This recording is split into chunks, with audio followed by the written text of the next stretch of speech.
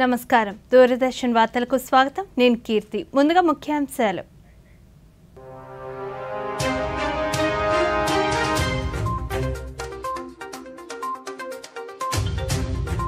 దేశవ్యాప్తంగా రోజ్గార్ మేళా కార్యక్రమాలు 71,556 మందికి నియామక పత్రాలు అందించిన ప్రధాని మోదీ 2047 నాటికి దేశాన్ని అభివృద్ధి చేయడమే లక్ష్యమన్న ప్రధాని ఉద్యోగ ఉపాధి కల్పన ప్రక్రియ పారదర్శకంగా జరుగుతుందన్న మోదీ విశాఖ రోజ్గార్ మేళాలో పాల్గొన్న కేంద్ర మంత్రి కింజరపు రామ్మోహన్ నాయుడు ఉద్యోగులకు ఏ సమస్య వచ్చినా పరిష్కరిస్తామని హామీ ముఖ్యమంత్రి చంద్రబాబు నాయుడు అధ్యక్షతన 44వ CRDA సమావేశం రాజధాని అభివృద్ధికి మరో 2,723 కోట్ల నిర్మాణ పనులకు ఆమోదం దేశవ్యాప్తంగా జాతీయ రైతు దినోత్సవ వేడుకలు పూర్వ ప్రధాని చౌదరి చరణ్ సింగ్ కు ఘన నివాళులు వార్తల్లోని వివరాలు చూద్దాం 2047 నాటికి దేశాన్ని అభివృద్ధి చెందిన భారతదేశంగా తీర్చిదిద్దాలన్నది ప్రభుత్వ సంకల్పమని ప్రధానమంత్రి నరేంద్ర మోదీ పేర్కొన్నారు. దేశవ్యాప్తంగా 45 ప్రాంతాల్లో రోజ్గార్ మేళా నిర్వహించగా ప్రధానమంత్రి దృశ్య మాధ్యమ సమావేశం ద్వారా రక్షణ, కుటుంబ ఆరోగ్య సంరక్షణ, ఆర్థిక, బోధన, తపాలా తదితర విభాగాల్లో కొలువులు సాధించిన 71,556 మందికి నియామక పత్రాలు అందించారు. ఈ సందర్భంగా మోదీ మాట్లాడుతూ మేక్ ఇన్ ఇండియా, స్వావలంబన భారత్ ప్రచారం, startup India, standup India, digital India ఇలా ప్రతి పథకం యువతను కేంద్రంగా చేసుకుని రూపొందించినట్లు వెల్లడించారు. రోజ్గార్ మేళాలో యువతకు శాశ్వత ప్రభుత్వ ఉద్యోగాలను కల్పించినట్లు మోదీ పేర్కొన్నారు. భారతదేశం తన రక్షణ రంగంలో తయారీని ప్రోత్సహించిందని, దీనిలో యువత ఎక్కువగా లాభపడిందని తెలిపారు. నేడు భారతదేశ యువత కొత్త విశ్వాసంతో నిండి ఉందని, ప్రతి రంగంలోనూ యువత విజయ పతాకం రెపరెపలాడుతుందని పేర్కొన్నారు. ఉద్యోగ ఉపాధి కల్పన ప్రక్రియ పూర్తి పారదర్శకతతో జరుగుతుందన్నారు. జవాబుదారీతనం, పారదర్శకత తరహాలో నియామకాలు చేపడుతున్న తీరు అభినందనీయమన్నారు. దేశ వికాసంలో శ్రమ, సామర్థ్యాలను యువత ఆయుధాలుగా మలచాలన్నారు. नौकरी देने का अभियान चल रहा है. आज भी 71,000 से ज्यादा युवाओं को नियुक्ति पत्र दिए गए हैं. बीते 1-1.5 साल में ही लगभग 10 लाख युवाओं को हमारी सरकार ने पक्की सरकारी नौकरी दी है. ये अपने आप में बहुत बड़ा रिकॉर्ड है. पहले की किसी भी सरकार के समय इस तरह मिशन मोड में युवाओं को भारत सरकार में पक्की नौकरी नहीं मिली है. लेकिन आज देश में न केवल लाखों युवाओं को सरकारी नौकरियां मिल रही हैं, बल्कि ये नौकरियां पूरी ईमानदारी और पारदर्शिता के साथ दी जा रही है. मुझे खुशी है कि इस पारदर्शी परंपरा से आए युवा भी पूरी निष्ठा और ईमानदारी से राष्ट्र की सेवा में जुट रहे हैं. కొత్త ఢిల్లీలో జరిగిన క్రిస్మస్ వేడుకలకు ప్రధానమంత్రి నరేంద్ర మోదీ ముఖ్య అతిథిగా హాజరయ్యారు. Catholic bishop conference of India ఆధ్వర్యంలో CBCI సెంటర్లో క్రిస్మస్ వేడుకలు వైభవంగా జరిగాయి. ఈ కార్యక్రమంలో పలువురు క్రిస్మస్ గేయాలను ఆలపించారు. మత పెద్దలు అందించిన కానుకలను ప్రధాని స్వీకరించారు. అనంతరం ప్రధాని మాట్లాడుతూ యేసుక్రీస్తు బోధనలు ప్రేమ, సౌభ్రాతృత్వం సందేశాన్ని ఇస్తాయన్నారు. పోప్ ఫ్రాన్సిస్ నుండి ఎల్లప్పుడూ అదే ప్రేమను పొందడం అదృష్టంగా భావిస్తున్నట్లు తెలిపారు. పోప్ ఫ్రాన్సిస్ను భారతదేశం సందర్శించవలసిందిగా ఆహ్వానించినట్లు తెలిపారు. CBCI 80 సంవత్సరాలు పూర్తి చేసుకున్నందుకు ఈ వేడుక ప్రత్యేకమైనదిగా ప్రధాని పేర్కొన్నారు. కార్డినల్స్, బిషప్స్తో పాటు చర్చికి చెందిన ప్రముఖ నేతలు ఈ కార్యక్రమంలో పాల్గొన్నారు. భారతదేశంలో క్యాథలిక్ చర్చి ప్రధాన కేంద్రంలో జరిగే ఒక కార్యక్రమంలో ప్రధాని పాల్గొనడం ఇది మొదటిసారి కావటం విశేషం. सेक्रेड हार्ट कैथोलिक चर्च आ चुका हूं. ये मेरा सौभाग्य है कि मुझे आप सबसे इतना अपनापन मिला है. इतना ही स्नेह मुझे हिज होलीनेस पोप फ्रांसिस से भी मिलता है। इसी साल इटली में G7 समिट के दौरान मुझे हिज होलीनेस पोप फ्रांसिस से मिलने का अवसर मिला था। पिछले 3 वर्ष में यह हमारी दूसरी मुलाकात थी। मैंने उन्हें भारत आने का निमंत्रण भी दिया है। मेरे लिए वो बहुत संतोष के क्षण थे जब हम 1 दशक पहले फादर एलेक्स प्रेम कुमार को युद्धग्रस्त अफगानिस्तान से सुरक्षित बचाकर वापस लाए थे। वो 8 महीने तक वहां बड़ी विपत्ति में फंसे हुए थे। सफलता की इस ऊंचाई पर पहुंचता है तो पूरे देश को गर्व होना स्वाभाविक है। दुनिया में कहीं भी हो, किसी भी विपत्ति में हो, आज का भारत उन्हें हर संकट से बचाकर लाता है, इसे अपना कर्तव्य समझता है। कोरोना के समय पूरी दुनिया ने इसे देखा भी और महसूस भी किया। कोरोना जैसी इतनी बड़ी पैंडेमिक आई, दुनिया के कई देश जो ह्यूमन राइट्स और मानवता की बड़ी बड़ी बातें करते हैं, जो इन बातों को डिप्लोमेटिक वेपन के रूप में इस्तेमाल करते हैं, जरूरत पड़ने पर वो गरीब और छोटे देशों की मदद से पीछे हट गए। लेकिन भारत ने परमार्थ भाव से, अपने सामर्थ्य से भी आगे जाकर कितने ही देशों की मदद की। हमने दुनिया के 150 से ज्यादा देशों में दवाइयां पहुंचाई, कई देशों को वैक्सीन भेजी। The Christmas is even more special as you begin the Jubilee year, which you all know holds special significance. I wish all of you the very best for the various initiatives for the Jubilee year. This time, for the Jubilee year, you have picked a theme which revolves around hope. The Holy Bible sees hope as a source of strength and peace. It says, there is surely a future hope for you. ప్రతి ఒక్కరూ ప్రభు త్యాగాన్ని స్మరించుకొని శాంతి మార్గాన్ని అనుసరించాలని ముఖ్యమంత్రి నారా చంద్రబాబు నాయుడు అన్నారు. విజయవాడలో ఈరోజు జరిగిన సెమీ క్రిస్మస్ వేడుకల్లో ముఖ్యమంత్రి పాల్గొన్నారు. ఈ సందర్భంగా ఆయన మాట్లాడుతూ క్రీస్తు జన్మదినాన్ని క్రిస్మస్గా జరుపుకోవటం సంతోషమన్నారు. ప్రభు కరుణ ప్రతి ఒక్కరిపై ఉండాలన్నారు. ప్రేమ, సేవ, కరుణకు ప్రతీకగా క్రైస్తవ్యం నిలుస్తుందన్నారు. స్వతంత్రం రాకముందు నుంచే పేదలకు మెరుగైన వైద్య సేవలు, విద్యను అందించిన ఘనత క్రిస్టియన్ సంస్థలకే దక్కుతుందన్నారు. నిరాడంబరత కలిగిన ప్రజా రక్షకుడిగా యేసుక్రీస్తు నిలిచారన్నారు. స్ఫూర్తిదాయకమైన సందేశం క్రైస్తవ్యంలో ఉంటుందన్నారు. ప్రేమతత్వంతో ఈర్ష్య, ద్వేషాలను వీడనాడాలని ముఖ్యమంత్రి అన్నారు. ఆంధ్రప్రదేశ్ రాష్ట్రం, అటు తెలంగాణ రాష్ట్రం, భారతదేశం, ప్రపంచంలో ఉండే క్రిస్టియన్ సోదరి సోదరులందరికీ హ్యాపీ క్రిస్మస్. యేసు ప్రభు జన్మించిన రోజు మనం క్రిస్మస్ జరుపుకుంటున్నాం. లోక రక్షకుడైన ప్రభు కరుణ కటాక్షాలు ఉండాలని ఆకాంక్షిస్తూ పెద్ద ఎత్తున ఈ కార్యక్రమాన్ని మనం నిర్వహించుకుంటున్నాం.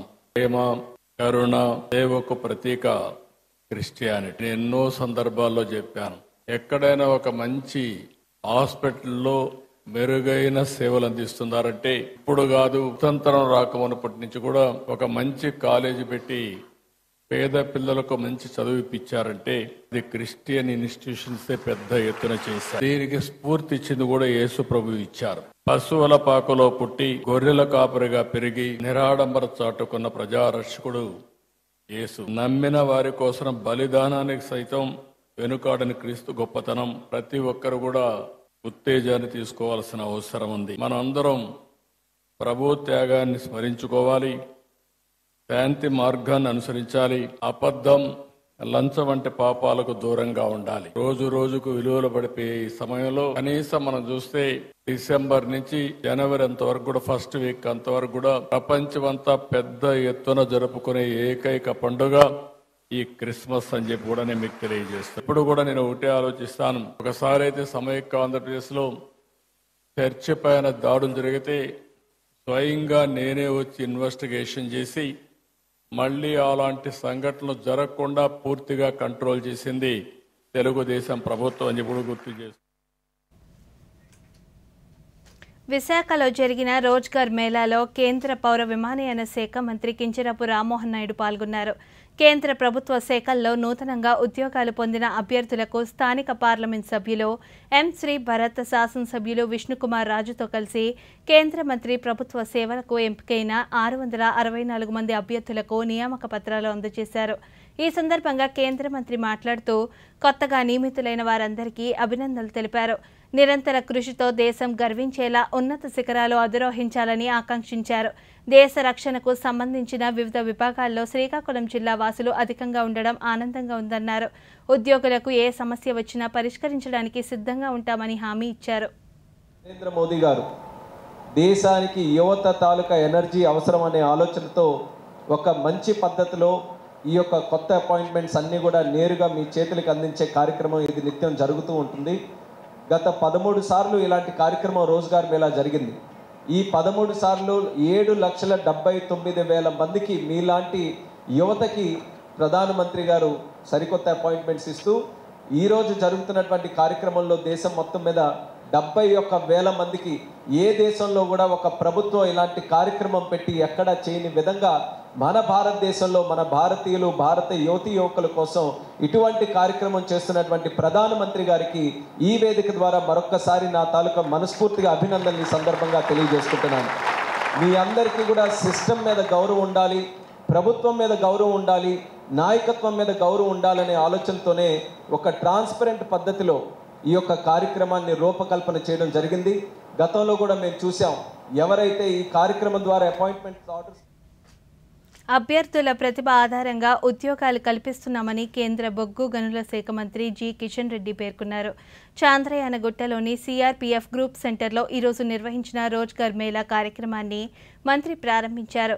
కేంద్ర ప్రభుత్వ ఉద్యోగాలకు ఎంపికైన అభ్యర్థులకు ఆయన నియామక పత్రాలు అందించారు. ఈ సందర్భంగా కిషన్ రెడ్డి మాట్లాడుతూ దేశవ్యాప్తంగా 71,000 మందికి పైగా అభ్యర్థులకు ఈరోజు నియామక పత్రాలు అందించినట్లు చెప్పారు. పూర్తి పారదర్శక విధానంలో ఉద్యోగాలు కల్పిస్తున్నట్లు పేర్కొన్నారు. దళారుల మాట విని మోసపోవద్దని కేంద్ర మంత్రి సూచించారు. శాఖలకు సంబంధించి మంత్రిత్వ శాఖలకు సంబంధించినటువంటి ఖాళీల భర్తీ చేసేటువంటి విషయంలో ప్రధానమంత్రి గారు నేరుగా నిరుద్యోగ యువతకు ఉద్యోగ నియామక పత్రాలు అందజేయడం జరిగింది. ఇది 11th ఫేజ్డ్ కార్యక్రమం. ఇది ఇప్పటికి 10 పూర్తయినాయి. ఇప్పటి వరకు 10 లక్షల ఉద్యోగాల భర్తీ పూర్తయింది. ఇది కంటిన్యూగా ప్రతి నెల ఈ రకమైనటువంటి ఉద్యోగ నియామక పత్రాలు ఇచ్చేటువంటి కార్యక్రమం కొనసాగిస్తాము. దేశంలో ఒదిక్కు కేంద్ర ప్రభుత్వంలో ఉన్నటువంటి అన్ని మంత్రిత్వ శాఖలకు సంబంధించినటువంటి ఖాళీలను భర్తీ చేయడము, అదేవిధంగా ఇండైరెక్ట్ ఎంప్లాయ్మెంట్ కోసం దేశంలో అనేక రకాల ఇన్వెస్ట్మెంట్స్ తీసుకురావడము, దేశంలో పెట్టుబడులు తీసుకురావడము, తద్వారా అనేక రకమైనటువంటి ఉత్పత్తి రంగాన్ని పెంచడము, మౌలిక వసతుల కల్పనలో అది జాతీయ రహదారుల నిర్మాణం కావచ్చు, ఎయిర్పోర్ట్ల నిర్మాణం కావచ్చు, రైల్వే నెట్వర్క్ పెంచడం కావచ్చు, ఈ రకంగా మౌలిక వసతుల కల్పనలో కూడా లక్షలాది మంది యువతకు ఉద్యోగాలు కల్పించే కార్యక్రమం కావచ్చు. కేంద్ర ప్రభుత్వ రంగాల్లో పలు పోస్టులను త్వరితగతిన భర్తీ చేయాలన్నదే ప్రధానమంత్రి నరేంద్ర మోదీ లక్ష్యమని కేంద్ర హోంశాఖ సహాయ మంత్రి బండి సంజయ్ పేర్కొన్నారు. హైదరాబాద్ హకీంపేటలోని ఎన్ఐఎస్ఏలో ఈరోజు నిర్వహించిన రోజ్గార్ మేళాలో మంత్రి అభ్యర్థులకు నియామక పత్రాలు అందించారు. ఈ సందర్భంగా బండి సంజయ్ మాట్లాడుతూ భారత్ను అగ్రపథాన నిలపడమే ప్రధాని లక్ష్యమన్నారు. కేంద్ర ప్రభుత్వం చేపడుతున్న అనేక సంక్షేమ పథకాలను క్షేత్రస్థాయిలో ప్రజలకు చేరవేసే బాధ్యత ఉద్యోగులదే అన్నారు.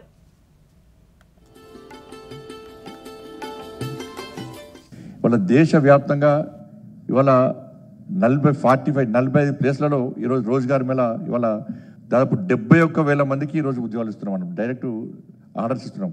ఎక్కడ ఇవ్వరండి, ఎక్కడ ఇటువంటి ప్రోగ్రాము ఇవి ఎవరితో కాదు కూడా ఇది.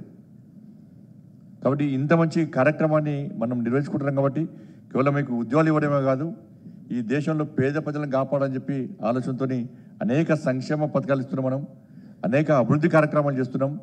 ఈ రాష్ట్రం ఆ రాష్ట్రం, ఈ ప్రాంతం ఆ ప్రాంతం అని కాకుండా ఈ దేశంలో అన్ని రాష్ట్రాల ప్రజలు. ఉప ముఖ్యమంత్రి పవన్ కళ్యాణ్ ఈరోజు కృష్ణా జిల్లాలోని పలు ప్రాంతాల్లో పర్యటించి అభివృద్ధి పనులను పరిశీలించారు.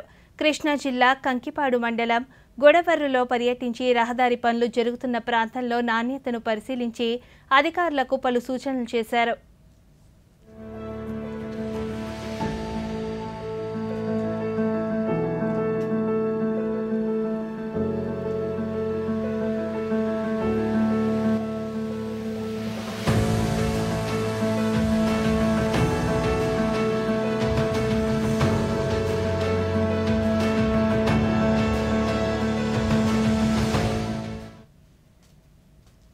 ఇప్పుడు వార్తల్లో చిన్న విరామం.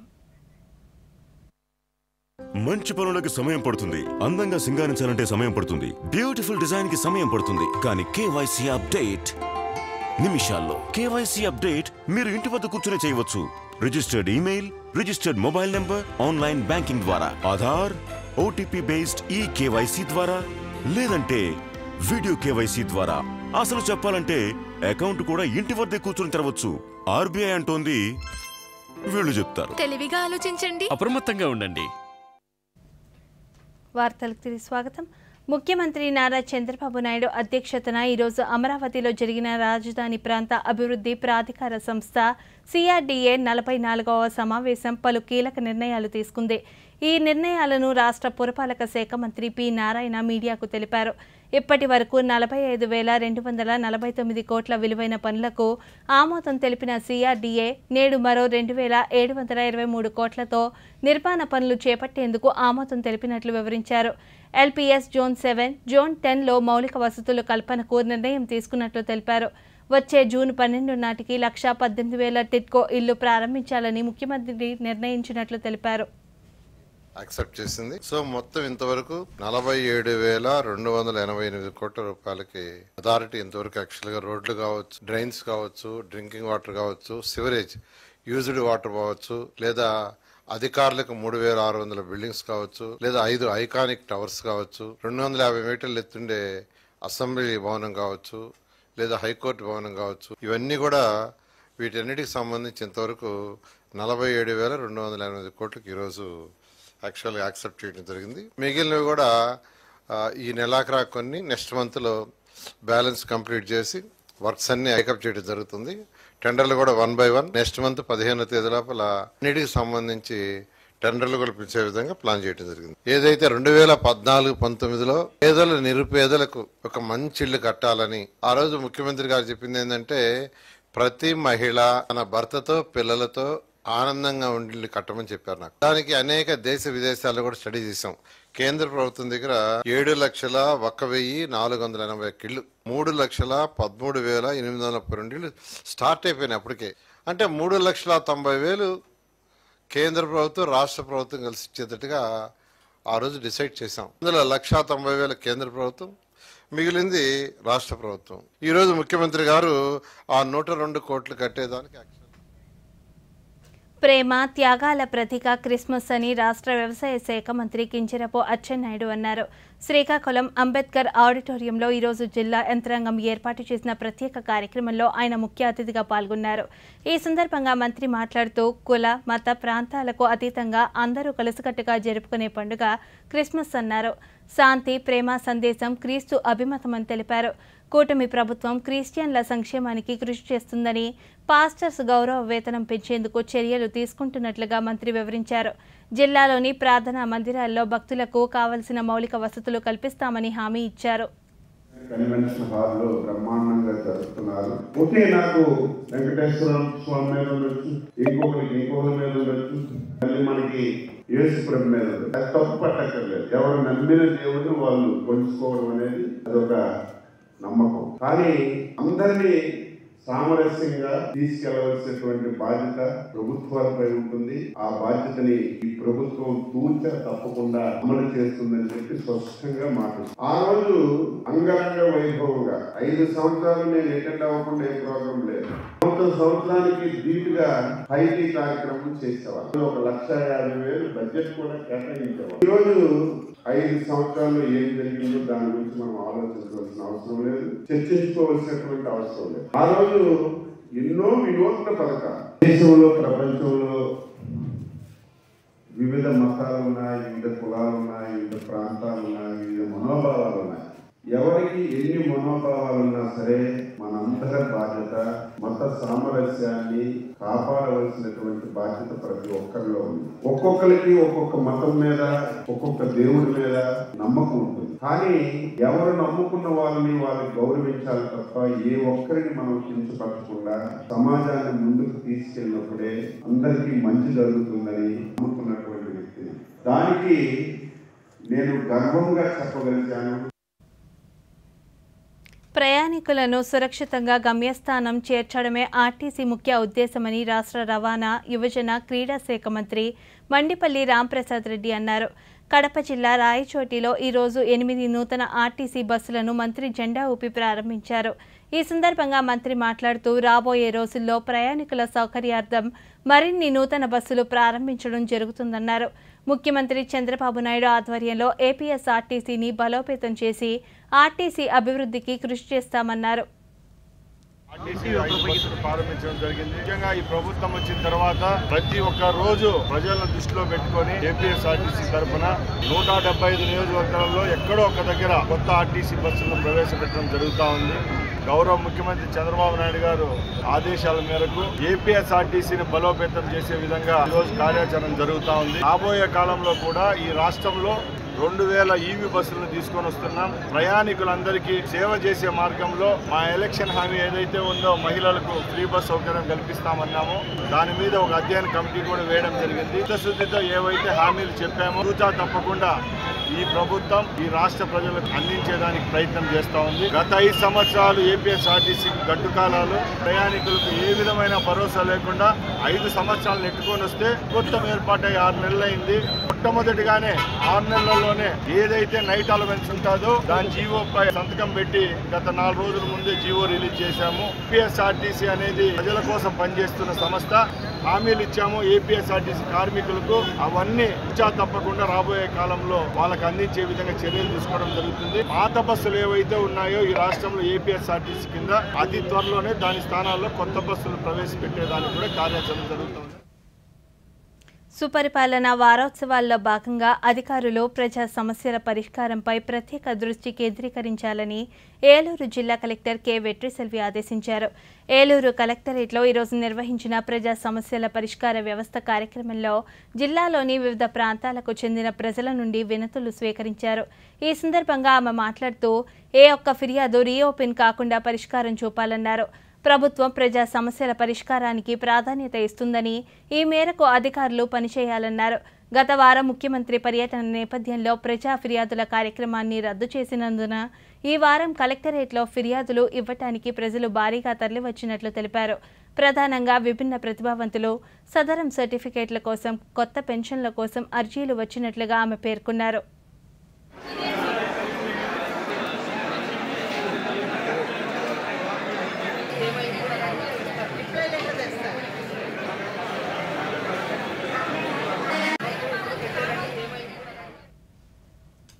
విజయవాడ ఇంద్రకీలాద్రిపై శ్రీ దుర్గా మల్లేశ్వర స్వామివార్ల దేవస్థానంలో భవానీ దీక్షల విరమణ కొనసాగుతుంది.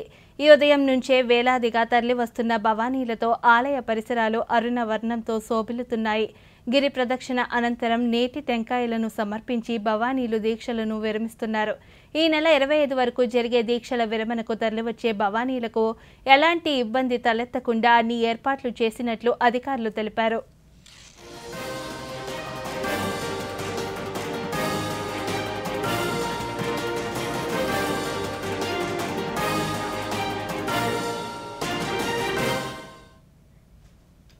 యువ ఓటర్ల నమోదుపై దృష్టి కేంద్రీకరించాలని ఓటర్ల జాబితా సంక్షిప్త సవరణ జిల్లా పరిశీలకులు రిజిస్ట్రేషన్ స్టాంప్స్ అధికారి ఎంవి శేషగిరిబాబు సూచించారు. విజయనగరం జిల్లా పర్యటనలో ఓటర్ల జాబితా సవరణపై సంబంధించిన అధికారులతో కలెక్టరేట్లో ఈరోజు సమీక్ష నిర్వహించారు. సవరణ ప్రక్రియ సందర్భంగా వచ్చిన క్లెయిమ్లు, ఆమోదించినవి, తిరస్కరణకు గురైన వాటి గురించి ఆరా తీశారు. అంతకుముందు జిల్లా కలెక్టర్ డాక్టర్ బిఆర్ అంబేద్కర్ జిల్లా గురించి సమగ్ర వివరాలను తెలియజేశారు. జిల్లా అధికారులు చేపట్టిన ఓటర్ల జాబితా సవరణ ప్రక్రియను వివరించారు. జనవరి 5వ తేదీ ఓటర్ల తుది జాబితాను ప్రచురించేందుకు ఏర్పాట్లు చేస్తున్నామని చెప్పారు. ఓటర్ల జాబితాలో పేర్లు నమోదు చేసుకునేందుకు ఏడాది పొడవునా దరఖాస్తులను స్వీకరిస్తున్నామని, వాటిని పరిశీలించి సవరణ జరిగినప్పుడు అర్హత ఉన్నవారి పేర్లను జాబితాలో చేరుస్తామని కలెక్టర్ తెలిపారు.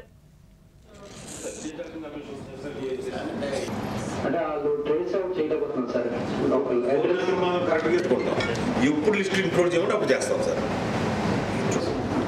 ఈ స్టైల్ చేసుకుంటాం సార్. కర్నూలు జిల్లాలో క్రీస్తు జయంతి వేడుకలు జరిగాయి. జిల్లా కేంద్రంలోని అంబేద్కర్ భవన్ వద్ద జరిగిన వేడుకల్లో AP SC battalion DSP Mahaboob Basha ముఖ్య అతిథిగా హాజరయ్యారు.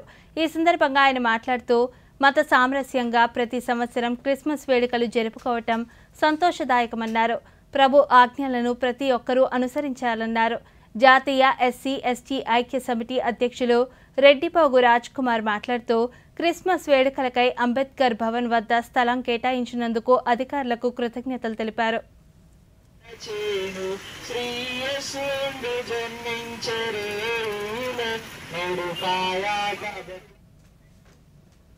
ఆధునిక సాంకేతిక వినియోగంతో వైద్య రంగంలో విప్లవాత్మక మార్పులు వస్తున్నట్లు రాష్ట్రపతి ద్రౌపది ముర్ము అన్నారు. కొత్త ఢిల్లీలోని వర్ధమాన్ మహావీర్ వైద్య కళాశాల 6వ స్నాతకోత్సవ వేడుకలో రాష్ట్రపతి ముఖ్య అతిథిగా పాల్గొన్నారు. ఈ సందర్భంగా వైద్య వృత్తి పూర్తి చేసిన పలువురికి డాక్టరేట్లు అందించారు. అనంతరం రాష్ట్రపతి మాట్లాడుతూ వైద్య రంగంలో సాంకేతికత ముఖ్య పాత్ర పోషిస్తుందన్నారు. మానవాళికి మేలు చేసే వైద్య వృత్తిని అతిపెద్ద బాధ్యతగా స్వీకరించాలన్నారు. ఏఐ వినియోగం వైద్య రంగంలో విప్లవాత్మక మార్పులు తీసుకొస్తుందని సూచించారు. ఆరోగ్యవంతమైన భారతదేశం కోసం కేంద్ర ప్రభుత్వం అనేక చర్యలు తీసుకుంటున్నట్లుగా రాష్ట్రపతి తెలిపారు. टेक्नोलॉजी के बढ़ते उपयोग ने मेडिकल और इंजीनियरिंग संस्थानों के बीच सहयोग को अत्यंत महत्वपूर्ण बना दिया गया है. Artificial intelligence, mRNA technology, robotics, 3D bioprinting में हो रहे प्रयोग चिकित्सा के क्षेत्र में बहुत बड़े परिवर्तन लाने वाला है और इनमें इंजीनियरिंग और टेक्नोलॉजी की अहम भूमिका है. अंगदान को बढ़ावा देने के लिए इस अस्पताल परिवार में ही national organ and tissue transplant organisation की स्थापित की गई है. భారతదేశ పూర్వ ప్రధాని భారతరత్న చౌదరి చరణ్ సింగ్ జయంతి సందర్భంగా ప్రధానమంత్రి నరేంద్ర మోదీ ఘనంగా నివాళులర్పించారు. పేదలు, రైతుల శ్రేయోభిలాషిగా వారి సంక్షేమానికి చౌదరి చరణ్ సింగ్ ఎంతో కృషి చేశారని పేర్కొంటూ సామాజిక మాధ్యమం వేదికగా నివాళులర్పించారు.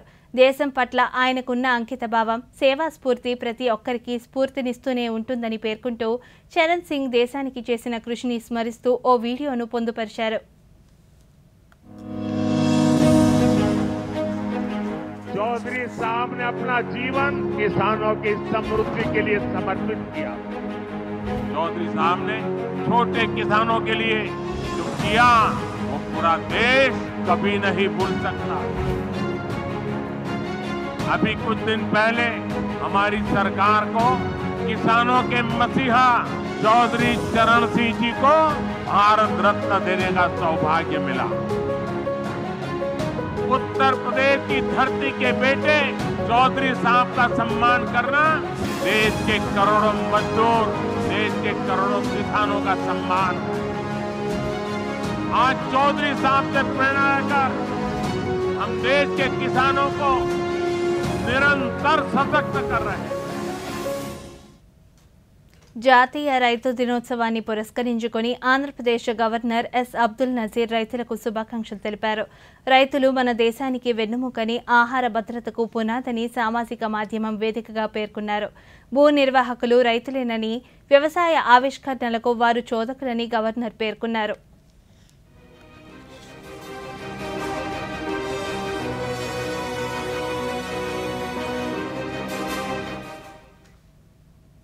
రైతు బాంధవుడు భారతదేశ పూర్వ ప్రధాని చౌదరి చరణ్ సింగ్ జయంతి సందర్భంగా ముఖ్యమంత్రి నారా చంద్రబాబు నాయుడు రైతులందరికీ రైతు దినోత్సవ శుభాకాంక్షలు తెలిపారు.